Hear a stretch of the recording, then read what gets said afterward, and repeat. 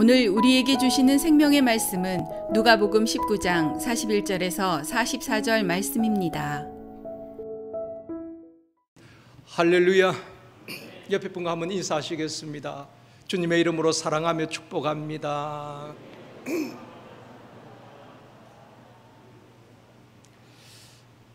다시 한번요, 이 시간 은혜 받읍시다.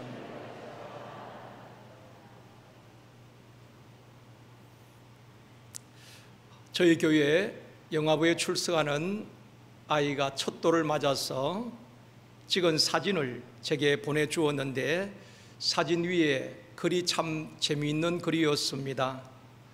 한 살 인생 살아보니 살만하다 하는 글이 참 제게 재미가 있었어요. 이제 1년 한 살을 살았는데 살아보니까 살만하더라는 것입니다. 여러분은 어떻습니까? 30년, 40년, 또 70년, 80년 그 이상을 살아오셨는데 인생을 살아보니까 어떤 것 같습니까? 행복하고 살만한 인생인 것 같습니까? 아니면은 사는 것이 힘들고 버겁다고 느껴지십니까? 아마 살아오면서 행복한 날들도 많이 있었을 것입니다. 그런가 하면은 남모를 눈물을 흘리면서 힘든 시간을 보낸 적도 있을 것입니다. 그래서 전도서에 보면은 하나님께서 우리 모든 인생들에게 형통한 날과 공고한 날을 병행하게 하셨다고 말씀하고 있습니다. 어떤 사람은 일평생 동안 형통하고 행복한 것만 아니고, 또 어떤 사람들은 일평생 동안 곤고한 가운데에 힘든 인생만 사는 것이 아니라는 것입니다. 형통한 날과 공고한 날을 병행하게 하셨다고 말씀하고 있습니다.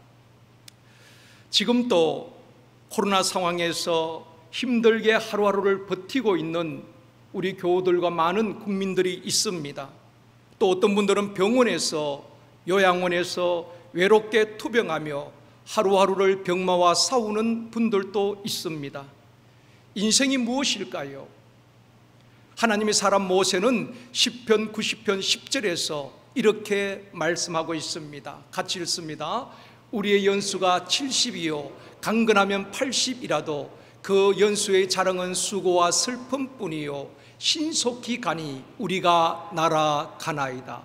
하나님의 사람 모세는 120년을 살았는데 돌아보니까 70년, 80년 우리 인생이 얼마나 빨리 지나가는지 날아가는 것 같다고 고백을 하고 있습니다. 오늘은 전반기 마지막 주일입니다. 전반기를 돌아보면 6개월이 순식간에 지나버린 것 같습니다. 6월달은 호국 보훈의 달이기도 합니다. 어저께는 6.25 71주년이기도 했습니다. 오늘은 6.25 전쟁과 화평의 복음이라는 제목으로 말씀을 드리려고 합니다. 오늘날 세계 각지에 흩어진 유대인들이 고국 이스라엘을 방문하면 꼭 세 곳을 찾아 방문한다는 것입니다. 대부분의 유대인들이 이스라엘을 찾게 되어지면 다른 곳은 몰라도 세 곳을 꼭 방문하는 스케줄을 잡는데, 첫 번째는 예루살렘 성전이 있던 통곡의 벽입니다. 성지 순례하면 필수 코스이기도 한 것입니다. 주 70년경에 예루살렘이 멸망당할 때에 다 무너졌죠. 처참하게 돌 위에 돌 하나도 남김없이 다 무너졌는데 유일하게 남아있는 서쪽 벽이 바로 통곡의 벽입니다. 이곳을 꼭 방문을 하게 됩니다. 두 번째는 마사다입니다. 마사다는 주 70년 로마 티투스 장군이 이끄는 로마 군대에 의하여서 예루살렘이 다 함락을 당하고 유대가 다 정복을 당할 때에 마사다는 이 요새에 967명의 유대인들이 끝까지 로마 군대에 항복하지 아니하고 결사항전을 했던 곳이 바로 마사다입니다. 마지막에는 우리가 로마에게 항복하는 것보다도 우리 스스로 죽자, 그래서 자결을 하게 되는 것입니다. 유대인들의 민족 정신이 서려 있는 성지인 것입니다. 그래서 그곳을 꼭 방문을 하는 것입니다. 세 번째는 야드 바심이란 곳입니다. 민족 기념관인데 2차 세계 당시에 히틀러의 나치 정권에 의하여서 학살당한 600만 명의 유대인들을 기념하는 유물관입니다. 이 기념관의 이름이 야드 바심인데 그 뜻은 기억이란 뜻입니다. 기억한다, 역사를 기억한다는 그런 이름인 뜻인 것입니다. 기념관에 희생자들의 사진과 글들이 새겨 있는데 용서하라 그러나 잊지는 말라 하는 글귀가 새겨져 있습니다. 나치하에서 그들의 조상들이 600만 명이 가스실에서 죽음을 당한 그 참상을 잊지 말자는 유대인들의 다짐이기도 한 것입니다. 첫 번째로 잊지 말아야 할 전쟁의 비극입니다. 이스라엘과 우리나라는 역사적으로, 정치적으로, 지리학적으로 굉장히 유사점이 많이 있습니다. 지금 70대 이하의 분들은 유교를 직접 겪지 않은 전후 세대들입니다. 저를 포함한 많은 분들이 유교 이후에 태어난 분들이지요. 유교를 겪었던 우리 장로님들, 권사님들, 또 성도님들, 그 유교 어릴 때 기억이 나시는 분들도 있을 것입니다. 전쟁이 얼마나 비참한가를 잘 알고 있습니다. 유교는 우리 민족 간의 가장 비참한 전쟁이었지요. 그런데 오늘날 젊은 세대들은 이런 역사를 잘 모른다는 것입니다. 젊은이들 사이에는 유교에는 남침이 아니라 북침이라고 주장하는 젊은이도 있습니다. 초등학교에서 설문조사를 했는데 우리나라에 유교 같은 전쟁이 있었던 것조차 모르는 초등학생들이 많이 있다고 했습니다. 또 지성의 전당인 대학가에서는 전쟁을 일으킨 주범이지요. 김일성, 김정일, 김정은 3부자와 북한을 고무 찬양하는 대자보가 붙기도 하는 것입니다. 사랑하는 성도 여러분, 모든 국민들은, 성도들은 올바른 역사관, 올바른 국가관을 정립하고 또 우리 후손들에게 바른 역사를 가르쳐 줘야 될 의무가 있는 것입니다. 1950년 6월 25일에서 53년 7월 27일까지 3년 1개월 동안 대한민국을 지키고 자유를 지키기 위하여서 피를 흘리며 목숨 바친 순국 선열의 희생을 잊지 말아야 하는 것입니다.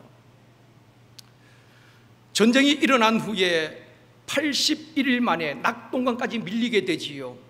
당시 대구를 지키던 7사단장 유재홍 장군은 연합군들이 대구를 포기하고 내려가야 할지 모른다는 그런 여론이 조성되어질 때에 이 유재홍 장군은 부관에게 이런 말을 했다고 합니다. 부관, 내가 대구 이남으로 내려가야 할 상황이 발생한다면은 집부차를 준비하지 말고 관을 준비하게, 생명 걸고 이 낙동강 전선을 지키겠다는 결의인 것입니다. 이처럼 나라를 지키기 위해서 생명 건 장군들과 군인들, 무명의 용사들, 군번도 없는 학도병들의 피 흘림과 희생이 있었기 때문에 오늘날 저와 여러분 많은 사람들이 이 자유를 누리고 있는 것 아니겠습니까? 그분들의 희생이 없었다면 나라 없는 국민이 어디 있겠습니까? 나라가 없는데 교회가 있을 수 있겠습니까? 신앙의 자유가 있을 수 있겠습니까? 우리는 그들의 희생을 잊지 말아야 하는 것입니다. 아직까지 유효도 찾지 못한 수많은 무명 용사들의 희생을 잊지 말아야 합니다.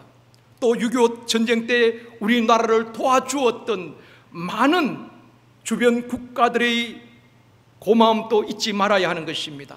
용산에 가면 전쟁 기념관이 있는데 거기 가면은 6.25 전쟁 때 피해를 입은 사진과 숫자가 다 나와 있습니다. 우리 어린 아이들을 데리고 있는 학부모님들 꼭 그런 곳에 한번 가서 아이들에게 가르칠 필요가 있다고 생각되어집니다. 전쟁으로 인하여서 200만 명이 넘는 사상자가 발생했고 10만 명이 넘는 전쟁 미망인들이 있었고 아직도 민족의 아픔으로 치유되지 않는 1000만 명의 이산 가족이 있습니다. 당시에 16개 나라에서 군사들을 파병해 주었고 이 대한민국 조그만 나라를 위하여서 많은 나라가 도왔지요. 인도와 덴마크 등 5나라에서는 의무 지원을 했습니다. 40나라에서는 물자 지원을 해 주었습니다. 또 7개 나라에서는 전후 복구하는 데 도움을 주었다는 것입니다. 우리나라는 전쟁의 폐허를 딛고 온 국민이 헌신적으로 단합하고 노력한 결과 또 전 세계의 68개 나라가 우리나라를 도왔습니다.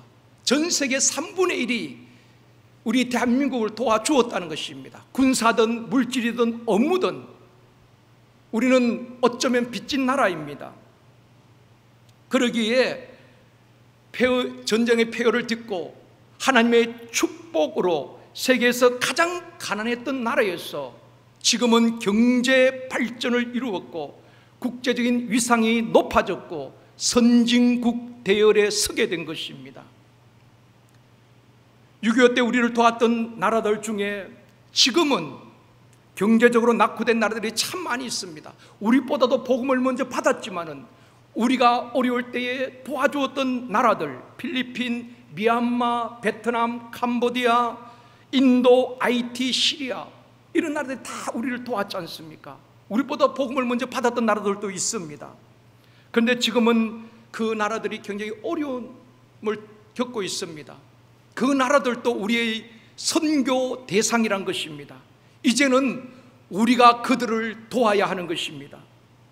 하나님께서 우리 대한민국을 부흥케 하시고 한국교회를 부흥케 하시고 경제적으로 축복하신 것은 마지막 때에 전 세계에 선교사를 파송하고 땅끝까지 이르러 복음을 전하게 하기 위하여서 하나님께서 특별히 우리나라를 쓰시고 계신다고 저는 확신합니다. 세계 선교를 감당하라고 이 땅에 영적인 부흥과 경제적인 축복을 허락하여 주신 줄 믿습니다. 이것을 남용하면 안 되는 것입니다.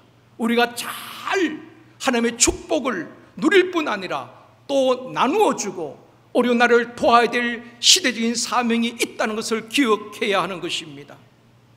두 번째로, 참된 평화는 어디서 오는가?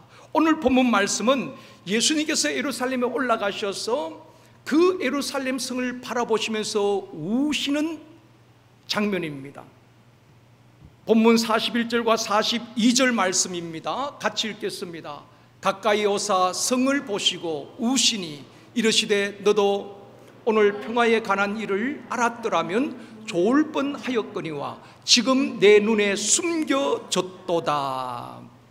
이 말씀이 무슨 말씀인가 하면은 예루살렘의 살렘이란 뜻은 평화란 뜻입니다. 예로부터 예루살렘은 평화의 도시, 평화의 도성이라고 불렀습니다. 그런데 왜 예루살렘이 처참하게 AD 70년에 멸망하게 됩니까? 역사적으로 보면은 또 성경적으로 보면은 빌라도 총독이 예수님을 신문하였지만은 예수님께는 죄가 없었습니다.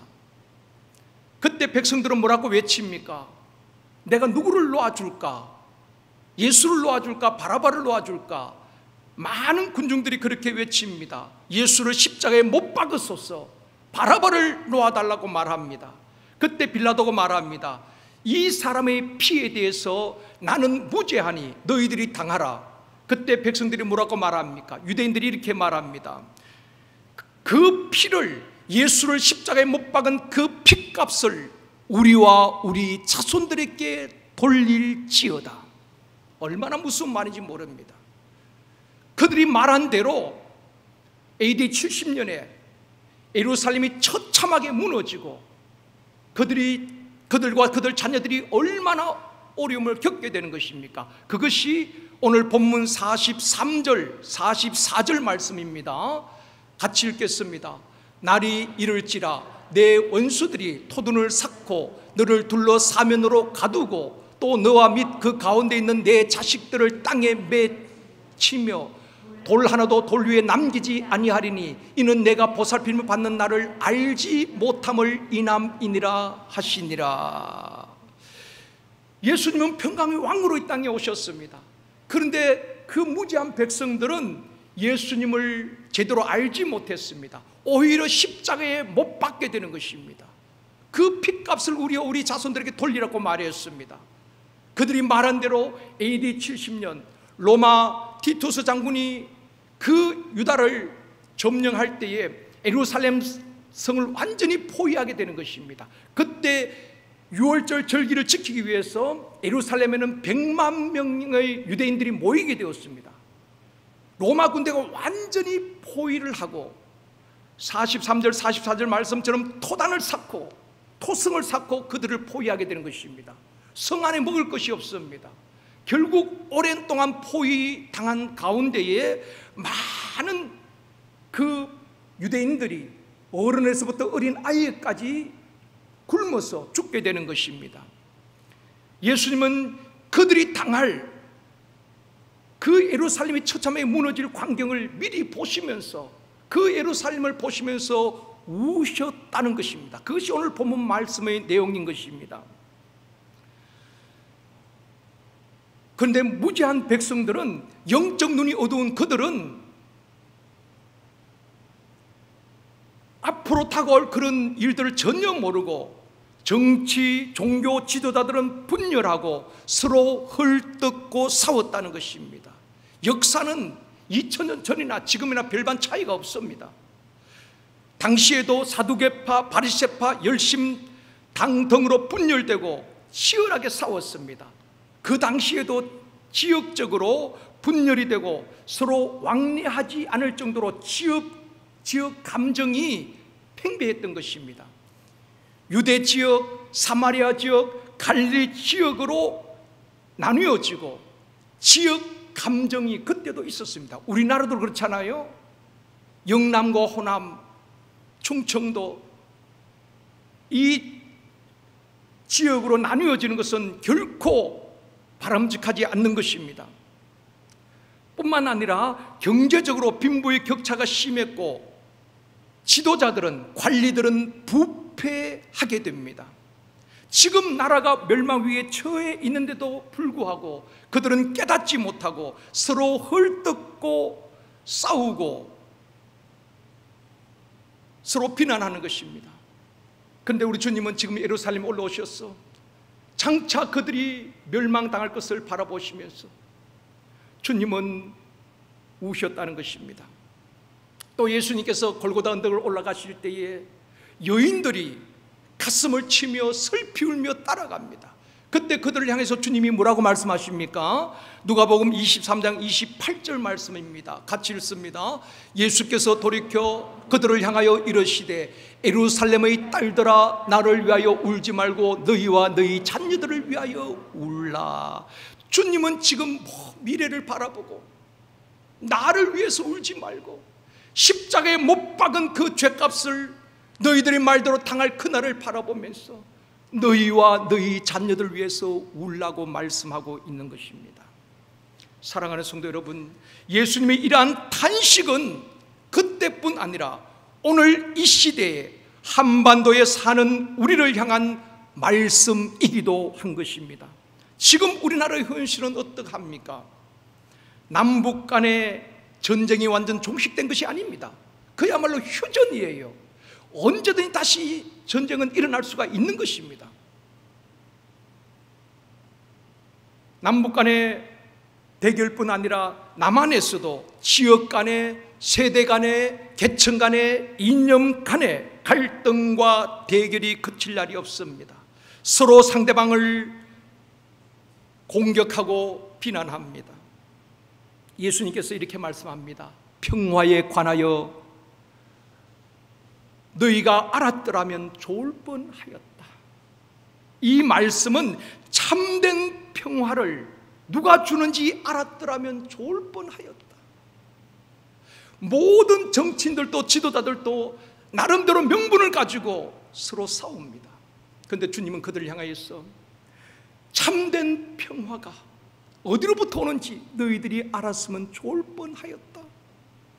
그렇게 말씀을 하고 있습니다. 사랑하는 성도 여러분, 참 평안이 어디서 올까요? 모든 사람은 평안을 원합니다. 아무리 좋은 집, 아무리 좋은 차를 타고 다니도 평안이 없다면 어쩌면 불행한 것이지요. 오늘 우리 예루살렘 찬양대에서 찬양을 하셨죠. 그 가사를 보면은 내 인생 길 어려움 닥쳐와서 나의 마음 평안이 없을 때에 주 오셔서 나와 함께 하시니 내가 주와 영원히 살리라.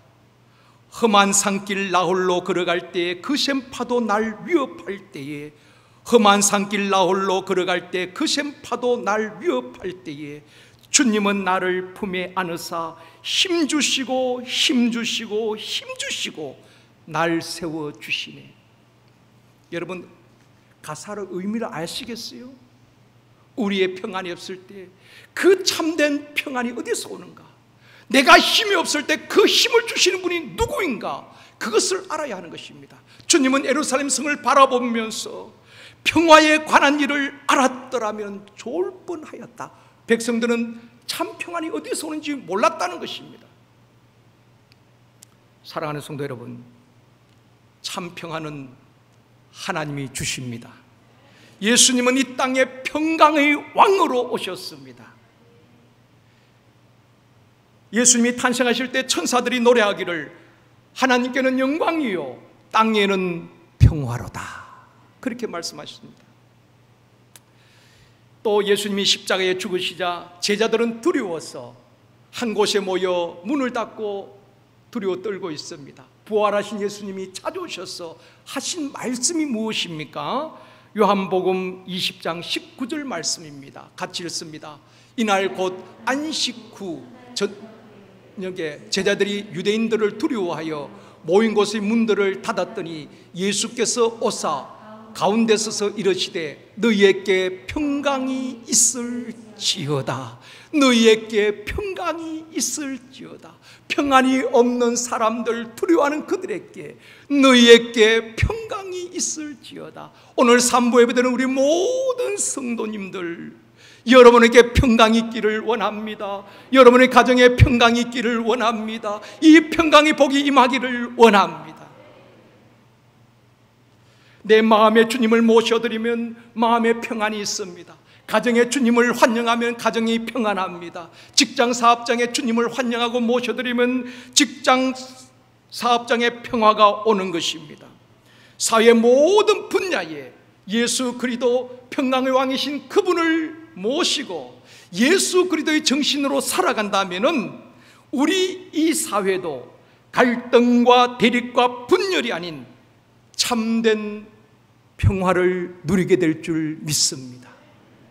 여러분, 모든 사람들이 사모하는 평화가 어디서 옵니까?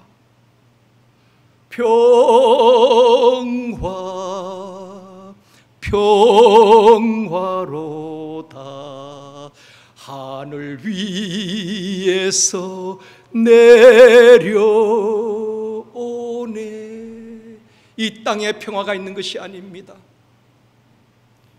편안하고 좋은 안락한 집이 평화가 있는 것이 아닙니다. 참된 평화는 하늘 위에서 하나님이 주시는 것입니다. 그 평안이 우리 모두에게 있기를 원합니다. 우리 자녀들에게 참된 평안이 있기를 원합니다.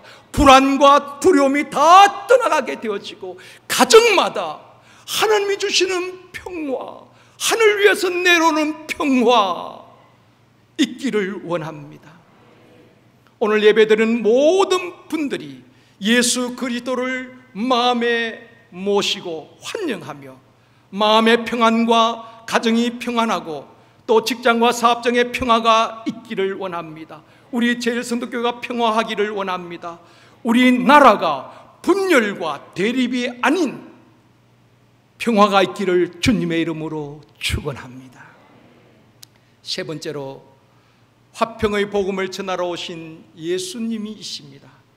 베드로가 로마 백부장 고넬료에게 예수님을 소개할 때에 평화의 복음을 전하기 위해서 오신 분이라고 소개를 합니다. 사도행전 10장 36절 말씀입니다. 같이 읽습니다.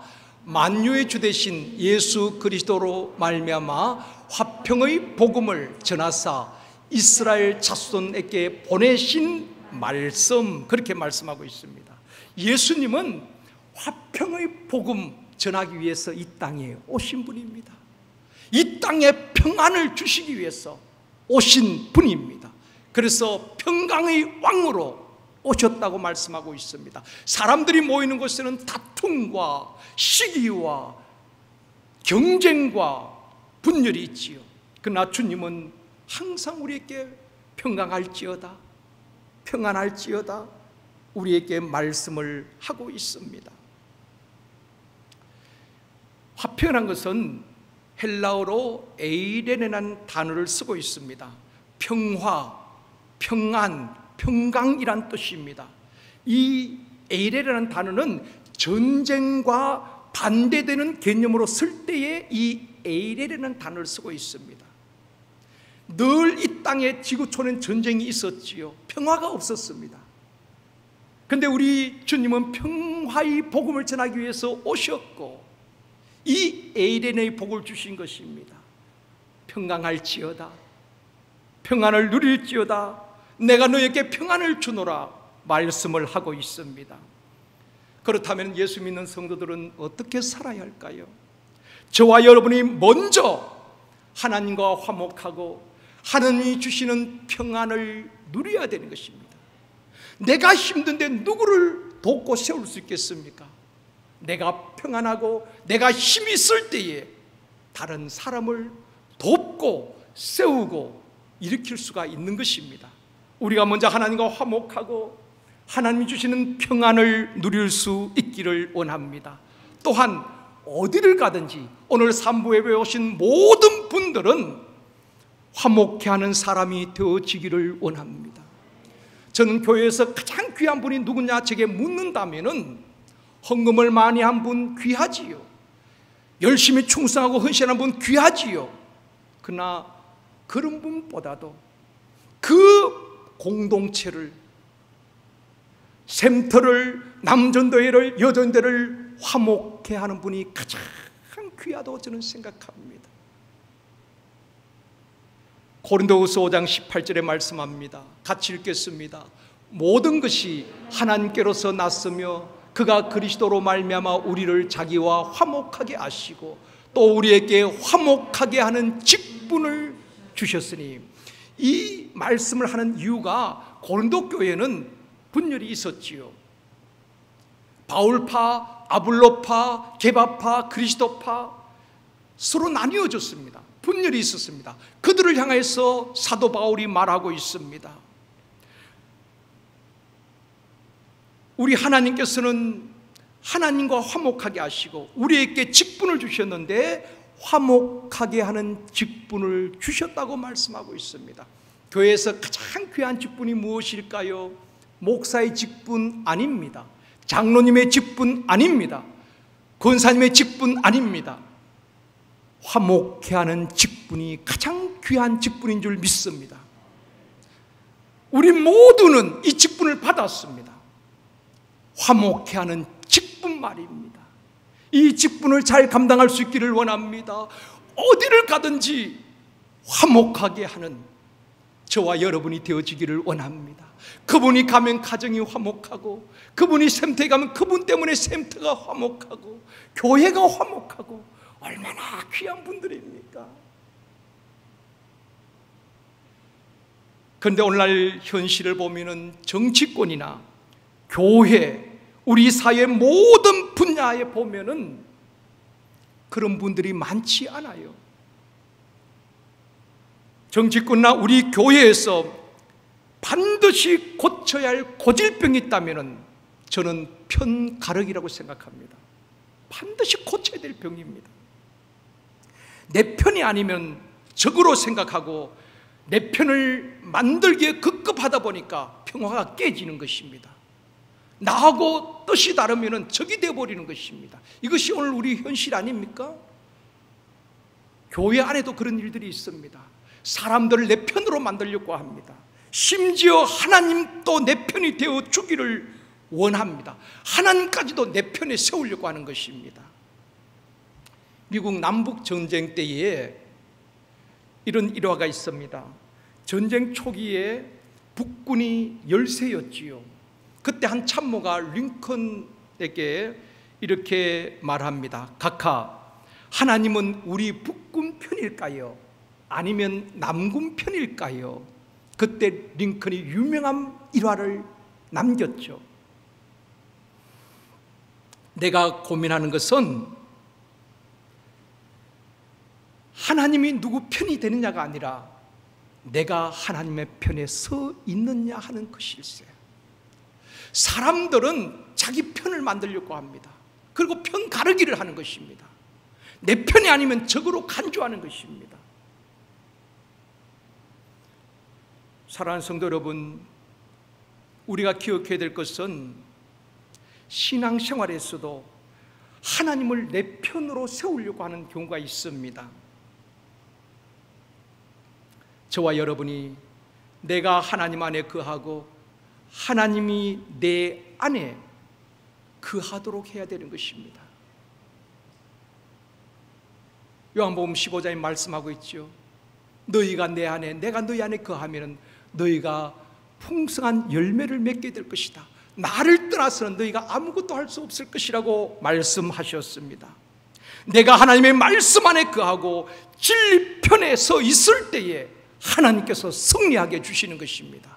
사람들을 내 편에 세우고 하나님이 내 편이 되어 주십시오가 아니라 내가 하나님의 편에 서고 진리 편에 서고 하나님의 말씀 안에 거할 때에 하나님의 능력이 나를 통해서 나타나게 되어지고 승리하게 될 줄 믿습니다.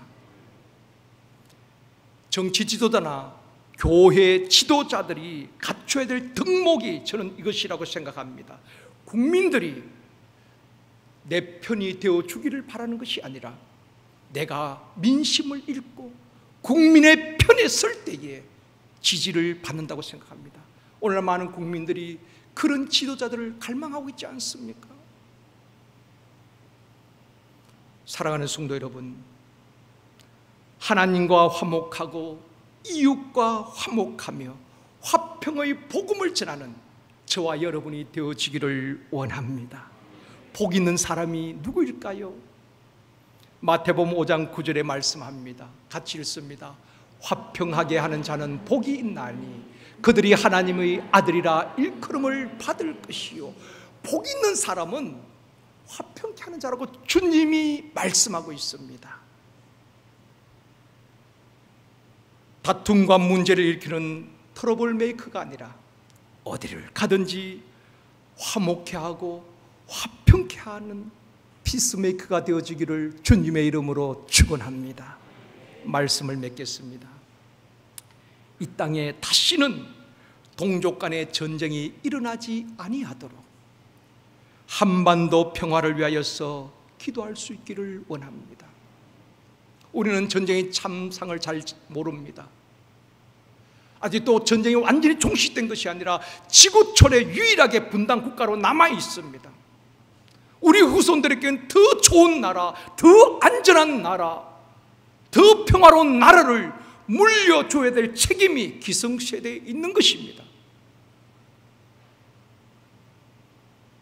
갈등과 대립과 다툼과 분열이 아닌 어디를 가든지 화평케 하는, 화평의 복음을 전하는